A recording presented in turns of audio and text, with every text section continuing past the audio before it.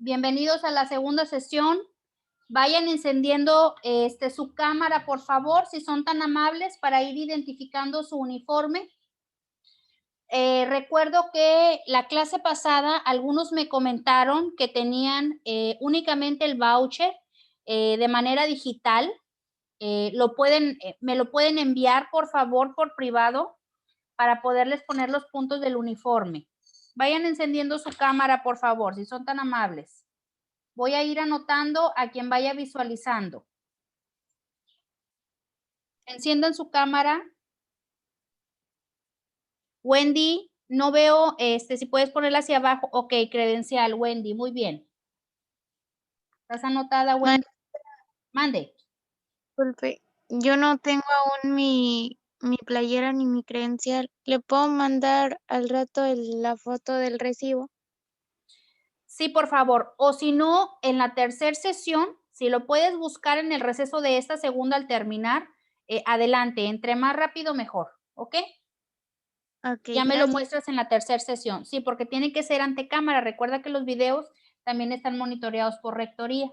¿Sale? Ah, ok, está bien. Bueno, Gracias. gracias. Damaris, ya estás identificada. Gracias. Evelyn. Ok, Evelyn. ¿Listo? Gracias.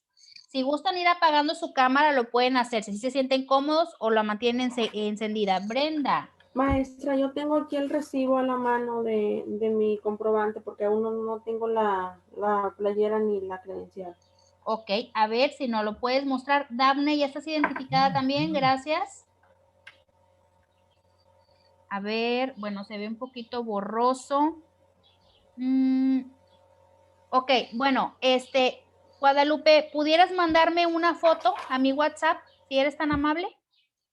Sí, claro que sí, Más de maestra. rato, más de rato. Sí, Ahorita no claro. vamos a perder tiempo, más de rato para, Sí, claro, voy a más de estar rato se lo pendiente. envía. Ok, Sí. gracias.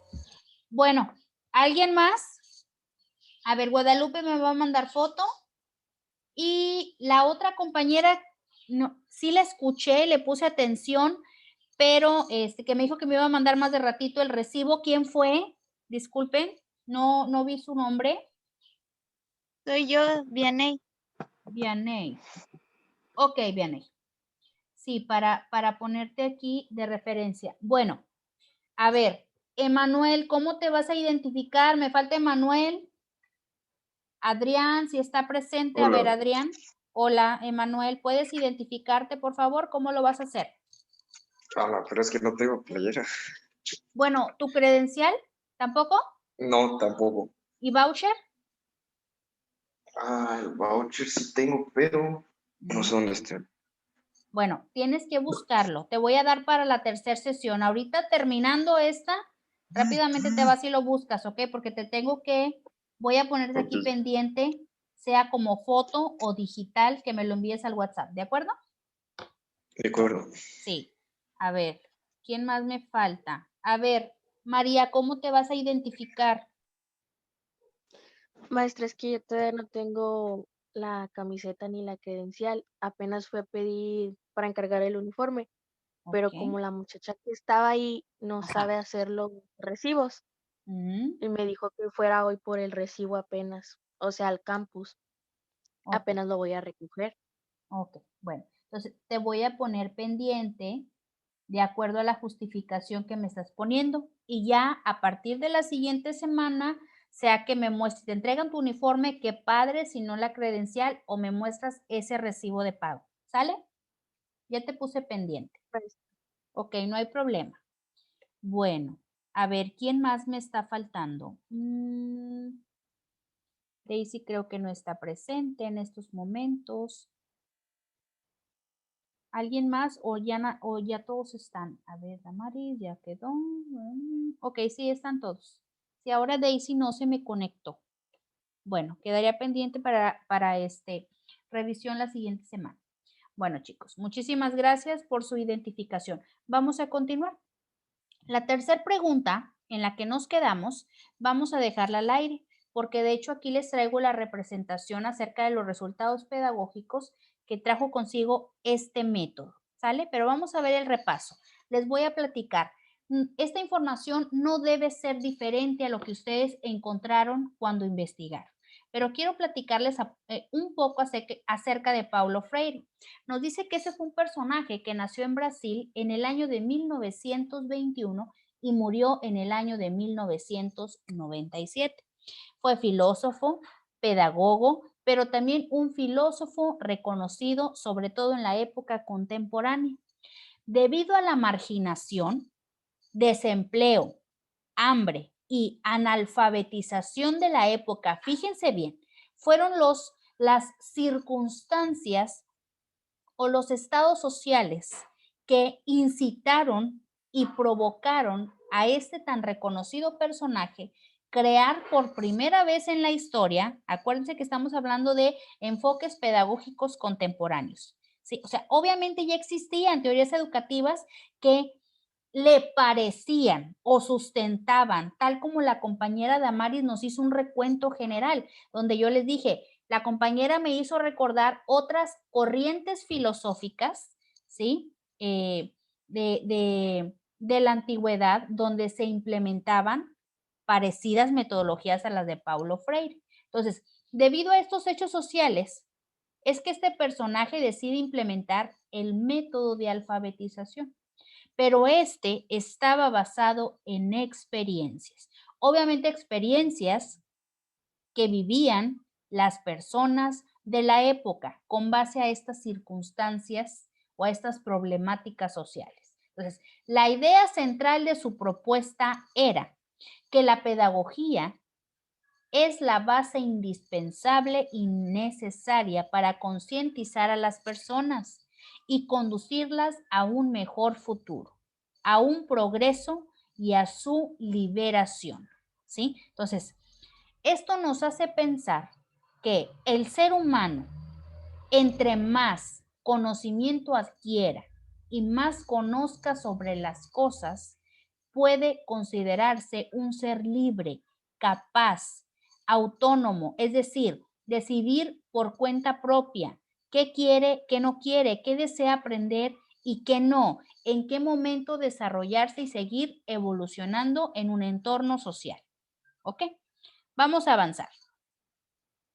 Dice, el método de alfabetización de Paulo busca el aprendizaje y profundización de la propia palabra, pero de aquellos que no les es permitido expresarse.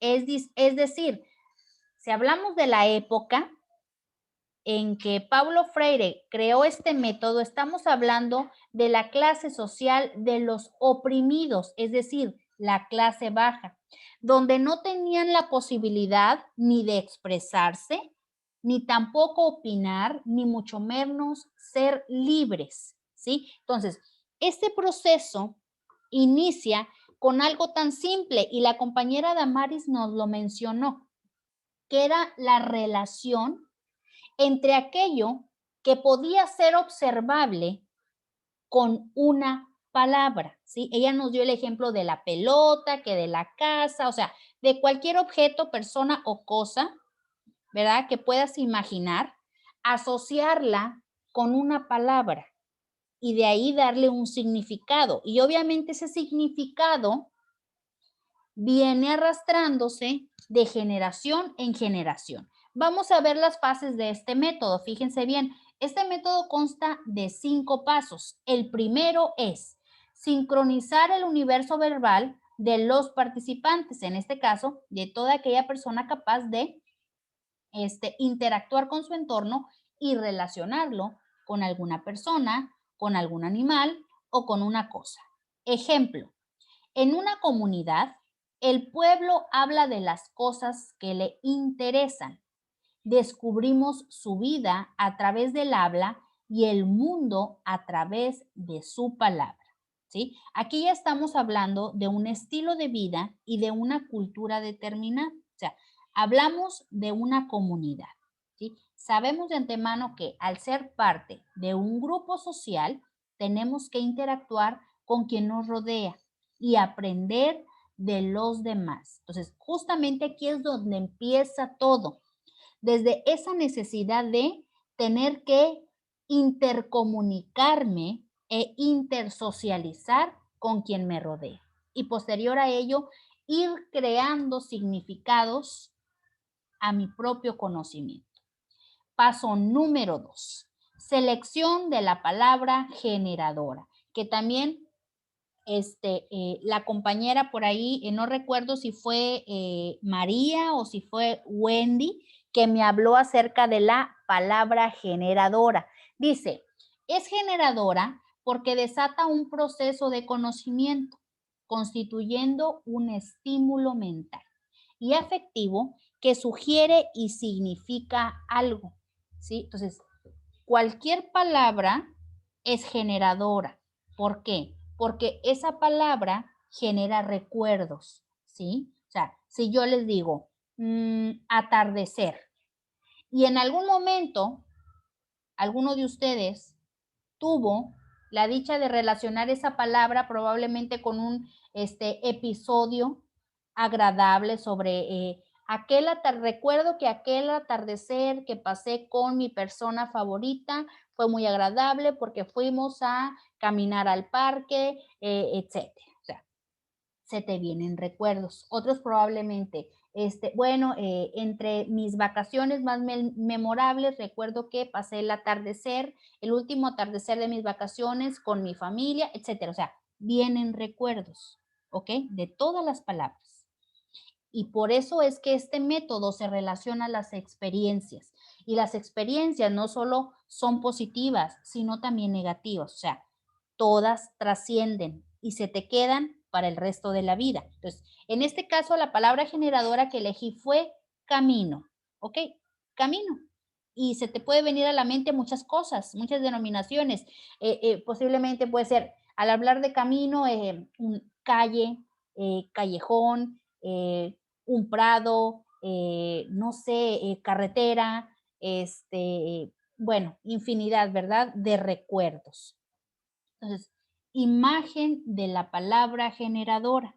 Es una imagen vinculada a la existencia diaria de la comunidad, ¿sí? O sea, estamos hablando de determinados grupos y culturas sociales. Entonces, la palabra camino no es solamente aprenderte su léxico, sino es relacionarla con algo para que su memorización sea más fácil y eficiente. O sea, está como el método sensorial de María Montessori, donde no bastaba únicamente mostrarle al infante aquello que quería que aprendiera, por ejemplo, un lápiz, sino también a relacionarlo con la palabra, es decir, su léxico, con lo físico, o sea, el lápiz físico, o sea, por eso es bien sabido que no podemos enseñarle a un estudiante aquello que no le podemos mostrar a simple vista, porque será más difícil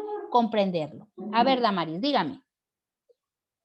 Maestra, eso también viene muy de la mano con la, creo que es teoría, habilidad kinestésica o inteligencia kinestésica.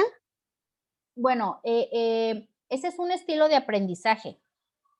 El estilo de aprendizaje kinestésico es más que nada una forma en cómo el alumno aprende, pero el kinestésico es, bueno, sí, en parte tiene que ver, porque cuando hablamos de un lenguaje kinestésico estamos hablando de que el alumno necesita llevarlo a cabo o encontrar algún fundamento, sea tangible o intangible, para poder entenderlo mejor, ¿ok? Porque no es lo mismo que te lo cuenten a que te lo muestren o a que lo vivas por cuenta propia. Entonces, sí tiene un tanto que ver, es parecido a ello.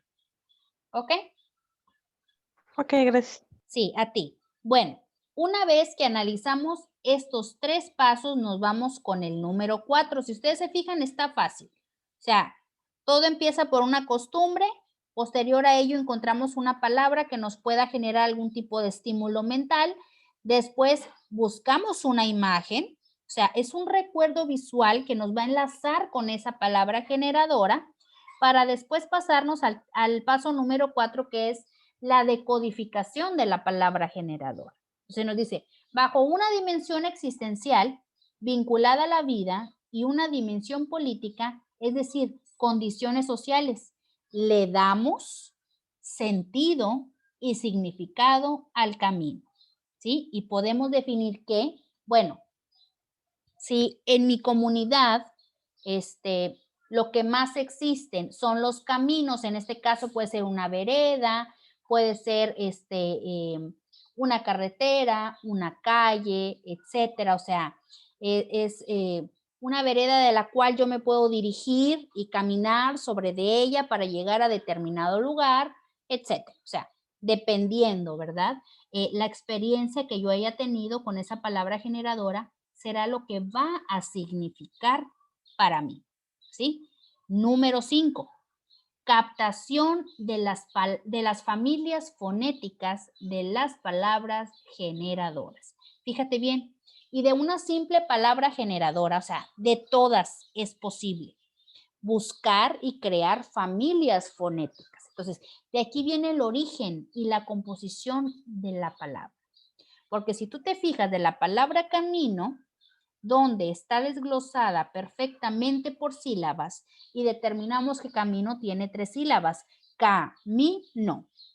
La familia fonética de esta palabra es de la sílaba K o C-A, se componen K, C, Si, Co y Q, ¿ok? Entonces, de la sílaba mi, derivaremos ma, me, mi, mo, mu. Y de la sílaba no, na, ne, ni, no, nu. ¿Ok? Entonces, de antemano sabemos que desde este desglose de familias fonéticas surgen nuevas palabras. Entonces, de hecho, hasta te lo puse aquí con colores para que diferencies, ¿sí? O sea, de camino desglosamos otras palabras. ¿Por qué? Porque se derivan de familias fonéticas. Cena, cuna, mano, cocina, camina, nena, memo, mina y nico. ¿Ok? Entonces, fíjense, de hecho bueno, no nos lo muestran así en el sector educativo, pero toda teoría de aprendizaje tiene una razón de ser y debe de estar fundamentada, ¿sí? Ante un paradigma educativo. Entonces, si ustedes se fijan, desde el preescolar, los infantes aprenden sus primeras palabras desde casa, como ya nos lo mencionó la compañera en la participación anterior, desde casa. Enseñamos el balbuceo de palabras que por lo regular tienen una sílaba, 2 o máximo 3.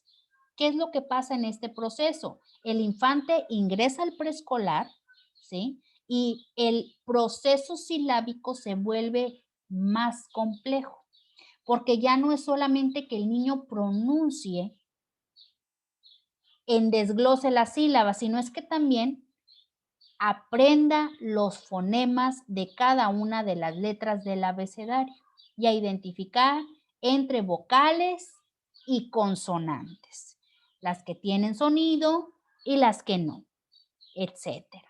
¿Ok? Entonces, fíjate, de algo que probablemente ustedes pues desconocían, porque no sé si anteriormente habían analizado esta teoría pedagógica, fíjense bien, surge el origen del léxico y la sintaxis de todo vocablo. ¿Ok?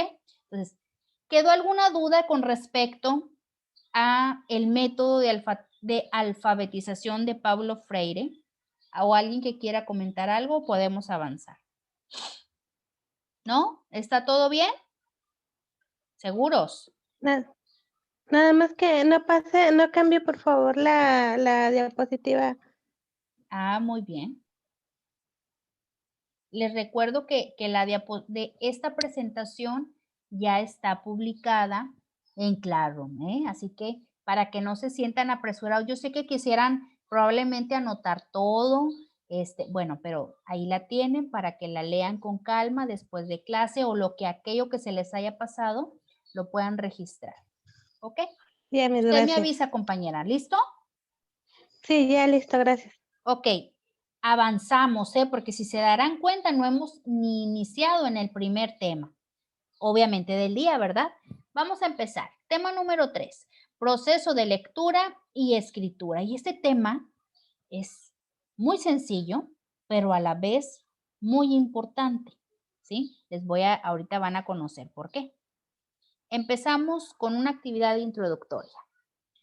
¿Qué debo hacer antes de leer? Y eso les servirá para desglosar y realizar su análisis objetivo. Entonces, el ejemplo que yo les traigo ahorita es únicamente la portada de un libro que pueden observar hacia la derecha y un título específico. Entonces, con base a ello vamos a generar hipótesis tentativas que nos hacemos al momento de decidir leer un libro, una revista, un periódico, lo que sea. ¿Ok? Entonces, a ver. Voy a elegir a personas que no hayan generado participación. A ver, Brenda Cruz. Brenda, ¿me puedes apoyar con la primera pregunta, por favor? Todo va a ser respondido con base a la imagen de la portada que les muestro aquí. A ver, Brenda, ¿para qué voy a leer? Primeramente, ¿cómo se llama el título? Es de Caperucita Roja. Ok, entonces, busca una intención en tu interior. O sea, ¿cómo para qué vas a leer el cuento de Caperucita Roja? Tal vez porque llama la atención la imagen de la portada. Colorido. Porque me llama la atención y es colorido. No vamos a involucrar ahorita portada, es nada más general. O sea, estamos hablando tanto de adjetivos como de sustantivos generalizados. Porque me llama la atención y es colorido. Ok, hasta ahí le dejamos. Muy bien, Brenda, muchas gracias. Pasamos con el siguiente. Ahora sí, América, aquí sí nos puedes ayudar. América González. Pregunta 2. ¿Qué opinas? Sí, maestro. A ver, ¿qué opinas? ¿Qué sabes del texto Caperucita Roja? Pues que es una niña que va a dejarle comida a su abuelita. Ok, que va y deja comida a su abuelita. Ok, muy bien, así lo dejamos. O sea, breve pero conciso. ¿Ok? Sí. Muy bien, América, muchas gracias. Así de fácil. A ver, Dafne, apóyame con la última. ¿Qué dice la portada? Pues de lo que va a tratar el libro, ¿no? Más que nada de la niña y del lobo. De lo que va a tratar el libro. Entonces tú dices que de una niña y un lobo. Ok, porque es lo que observas a simple vista. Ok, perfecto. Entonces, estas simples preguntas obviamente le cambia un poco la estructura a tu análisis, te van a ayudar. Fíjate bien, por eso les dije, les prohíbo iniciar a leer el documento, porque como lo hicimos ahorita únicamente viendo la portada, podemos tener una idea de qué es lo que va a tratar y por qué tengo la necesidad de leerlo. Okay, esa es mi intención principal. Comenzamos con el proceso. Vámonos con la primera etapa, que es la prelectura. Fíjate bien, esta es la fase en la cual se genera y se adquiere interés por el texto que vas a leer. Por eso te tienes que hacer esa pregunta inicial. ¿Para qué y por qué quiero o tengo la necesidad de leer tal cosa? Entonces dice, es el momento para explorar tanto los conocimientos previos adquiridos en el entorno estudiantil, es decir, con experiencias pasadas, por eso les dije, no lean, o sea, van a responder antes de leer, con su propio conocimiento. Dice, como los que se nos ha proporcionado la educación formal, tales como el vocablo y los usos del lenguaje. Obviamente están dentro de las experiencias, tanto empíricas como experiencias científicas, ¿sí? O sea, las experiencias que nos da la vida y las experiencias que adquirimos en la escuela. Dice, además, es una oportunidad para motivar y generar curiosidad. Esta primera etapa consiste en hacer una exploración del texto, pero es una exploración efímera, es decir, por encima, sin profundidad. ¿Por qué? Porque así como lo hicimos con la participación de las compañeras, en esta actividad, divagamos nada más al observar la portada, sin la necesidad de entrar de lleno al texto. Entonces dice, esto con el fin de analizar su estructura obviamente externa, dándonos una idea general de su contenido. De esta manera, la mente predice la posible información que podría contener ese texto, preparándote al camino para las siguientes etapas. Y hablamos de la etapa 2 y de la etapa 3. ¿Ok? Entonces, yo creo que esta primera etapa está bastante fácil de entender, o sea que es previa, por eso dice antes de, o sea, prelectura. ¿Ok? Vámonos con la segunda etapa.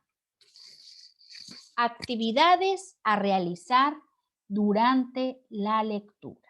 ¿Sí? Por ahí ya les di un poco de idea acerca de cómo elaborar el análisis de la lectura que les encargué. Por ahí les estuve dando ya unos tips en el documento en Word que les adjunté, pero posiblemente se te puedan ocurrir otras distintas. A ver, y voy a elegir a alguien más que me ayude en esta parte. O sea, estamos hablando de la segunda etapa. A ver, Vianey, ¿no tienes participación? Vianey, ¿me quieres apoyar aquí? Sí, pero como que puedo decir. Fíjate, me imagino que has leído en muchas ocasiones, ¿sí o no? Sí, me gusta leer.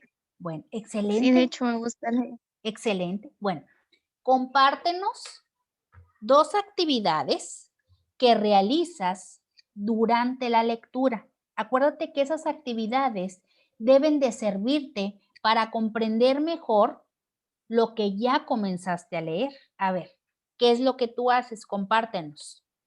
2 actividades. Bueno, depende qué es lo que voy a leer, porque cuando voy a leer algo de información, siempre tengo que subrayar las ideas más importantes, porque soy de las personas que aprende con colores y todo. Eres visual. Entonces, siempre subrayo las ideas más importantes para después solo basarme en ellas y sacar un breve resumen de lo que trató todo.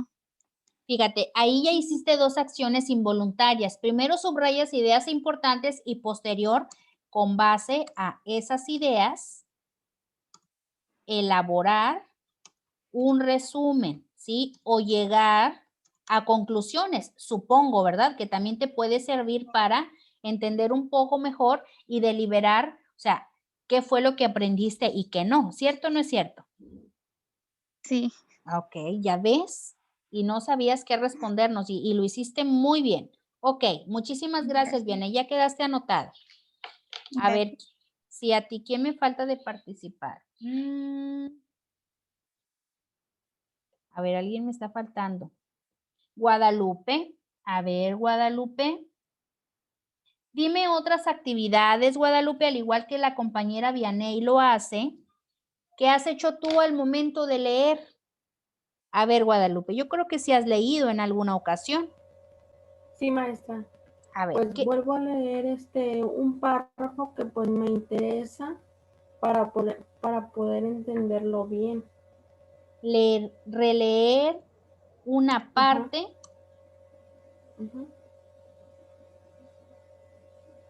releer una parte que tuve mayor interés, ¿verdad? Ajá, sí. Ok, perfecto. ¿Y qué otra actividad haces?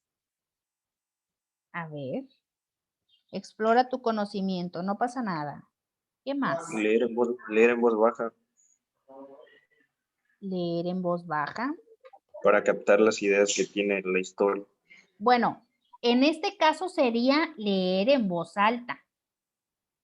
O sea, leer voz baja o voz alta, o sea, bueno, es diferente tonalidad, pero, o sea, estás haciendo una acción parecida que es dejar a un lado que leer nada más con tu mente, ¿verdad? De ir siguiendo la lectura con la vista. Porque una cosa es estar en absoluto silencio y en otra sea leer en voz bajita o en voz alta. ¿Por qué? Porque algunas personas son auditivas y aprenden escuchando y volviendo a escuchar, o sea, en determinadas ocasiones. Entonces, puede servir. Entonces, vamos a ponerle leer en voz baja o alta, o si le queremos poner, o sea, en voz activa para comprender mejor. ¿Ok? Muy bien. A ver, el compañero que participó fue Emanuel, si no me equivoco. Sí. Ok. Gracias. Fíjate bien. Profesora, Mande. otra actividad que se podría resaltar y que obviamente ya no cabe por los puntos sería identificar los personajes principales. Aquí lo vamos a poner, ¿por qué no? Identificar los personajes principales. O sea, lo que se nos olvidó fue que estas preguntas van en torno, y fue acertado el compañero, en torno al cuento o historia Caperucita Roja. ¿Ok? Entonces, está bien.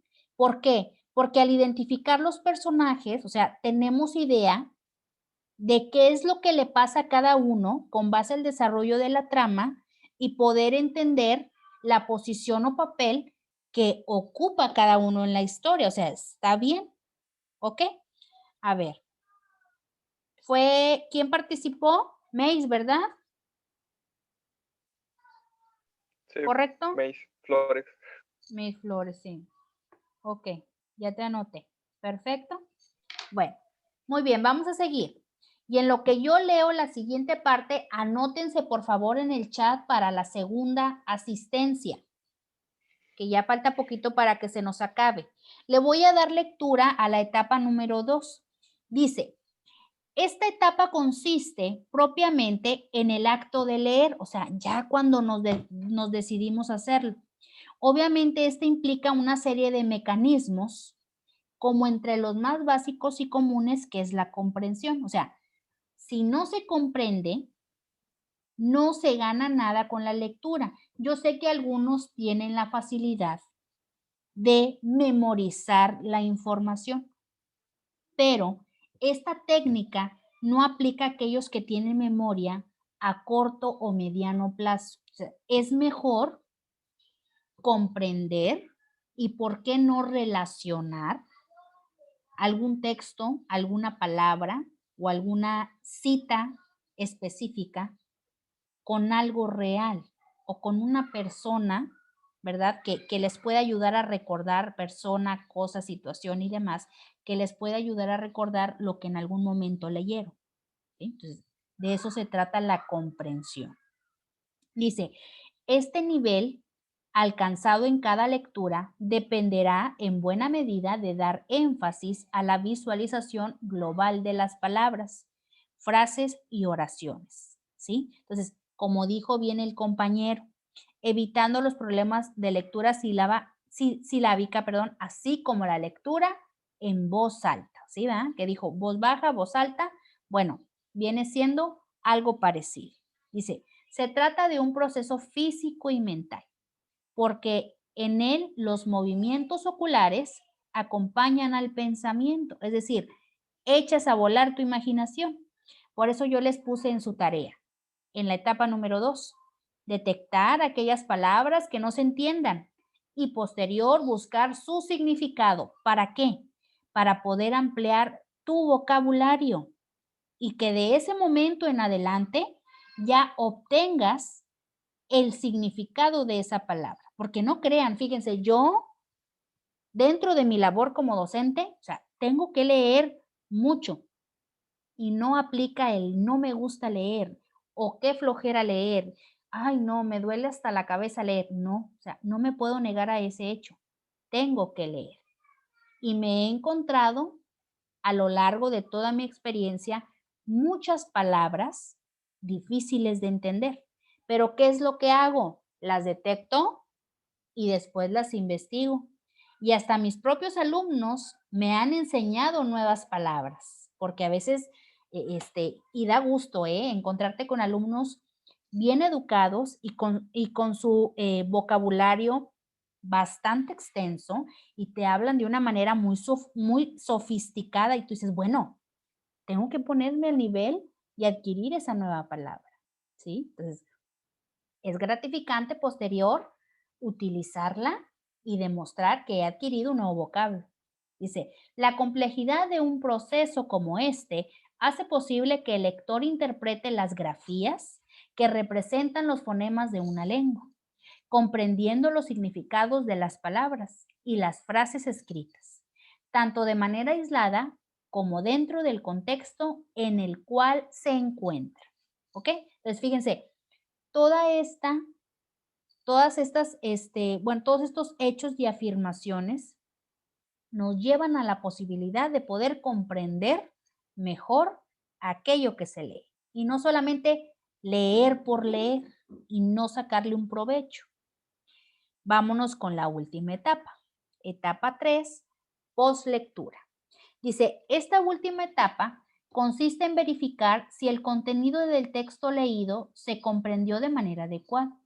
Obviamente aquí, jóvenes, en esta etapa es donde inicia la interpretación.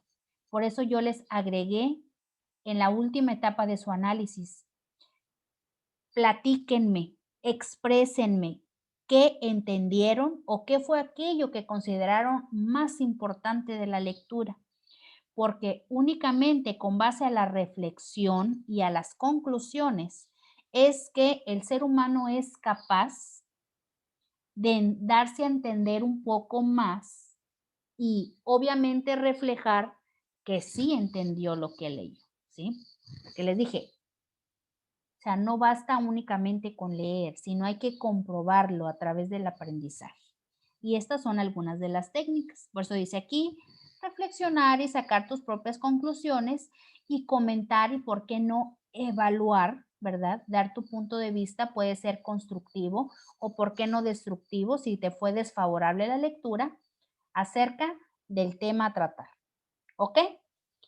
Bueno, en esto consistieron las 3 etapas del proceso de lectura.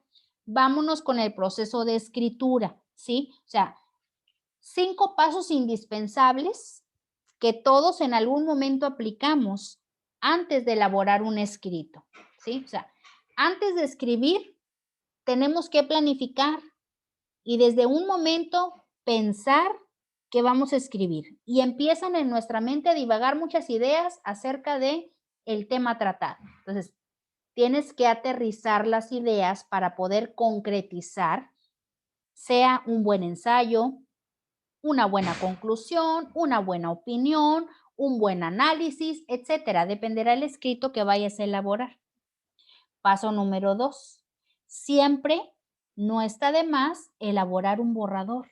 ¿Por qué? Porque el borrador te permitirá corregir antes de formalizar tu escrito. Quitar, agregar, tachar, eliminar, etcétera. Todas las modificaciones habidas y por haber que puedas hacerle a ese preescrito, ¿sí? Paso número 3, la revisión. Una vez de que ya deliberamos qué es lo que voy a enviar, publicar o escribir, ¿sí? Tengo que revisar detenidamente. Fíjense, a mí me ha pasado en muchas ocasiones. Así yo mando un WhatsApp y sobre todo cuando se trata, por ejemplo, de algún jefe directo como, bueno, dentro de nuestra institución, ¿verdad? Probablemente al rector o algún personal administrativo donde el lenguaje es más formal. Leo y vuelvo a leer lo que voy a mandar para que no se me pase ninguna falta ortográfica y ninguna incoherencia en lo que escribe. O sea, es parte de la revisión. Paso 4, corregir. Si durante la revisión detectas algo que no cuadre, es decir, algún error gramatical y de puntuación, corregirlo a tiempo para no cometer, confusiones, ¿verdad? O una mala expresión o impresión de quien lo lee. Y por último, publicar. Cuando estás listo y seguro de lo que has escrito, publica y dale el último diseño o